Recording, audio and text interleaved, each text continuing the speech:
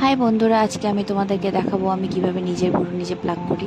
তো এই জিনিসগুলো লেগেছিল আমার ভুরু তোলার জন্য। প্রথমে আমি ভুরুতে একটু পাউডার মেখে নেব, তারপরে ভুরু তোলার যে সুতো হয় সেই সুতোটাকে আমি এইভাবে করে গিট লাগিয়ে গোল মতন করে পেঁচিয়ে নিই। এভাবে করে নিজের ভুরু নিজেই প্লাক করে নিচ্ছি। তোমরাও চাইলে করতে পারো, কিছুদিনের প্র্যাকটিসের করলেই তোমরাও শিখে যাবে এভাবে ভুরু তোলা। আমার অনেক দিনের অভ্যাস, প্রায় আমি 7-8 বছর থেকে প্রায় এভাবেই নিজের ভুরু নিজেই থ্রেড করি। আমি পার্লারে কাজ জানি, তো আমি কখনোই খুবই কম অন্য পার্লারে গিয়ে আর কি নিজের ভুরু নিজে তুলি। আমি নিজে এইভাবে তুলি, যদি ওইভাবে একা একা ভুরু তুলতে প্রচণ্ড কষ্ট। তোমরা দেখতেই পাচ্ছ কীভাবে আমার চোখ দিয়ে গড় গড় করে জল পড়ছে, কারণ কেউ টেনে ধরার থাকে না। নিজের ভুরুটিকে উঁচু করে রেখে তারপরে এভাবে করে ভুরু তুলছি।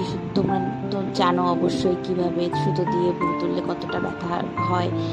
তার উপর আবার একা একা চোখে জল চলে আসলে চোখ ঘোলা হয়ে যায়, কিছু দেখা যায় না। যাকে এভাবে করেই আমি সবসময় কোনো রকমে আর কি করা, মোটামুটি চেহারাটা একটু জাতের করা যায় যেভাবে সেভাবে করে নিই আর কি।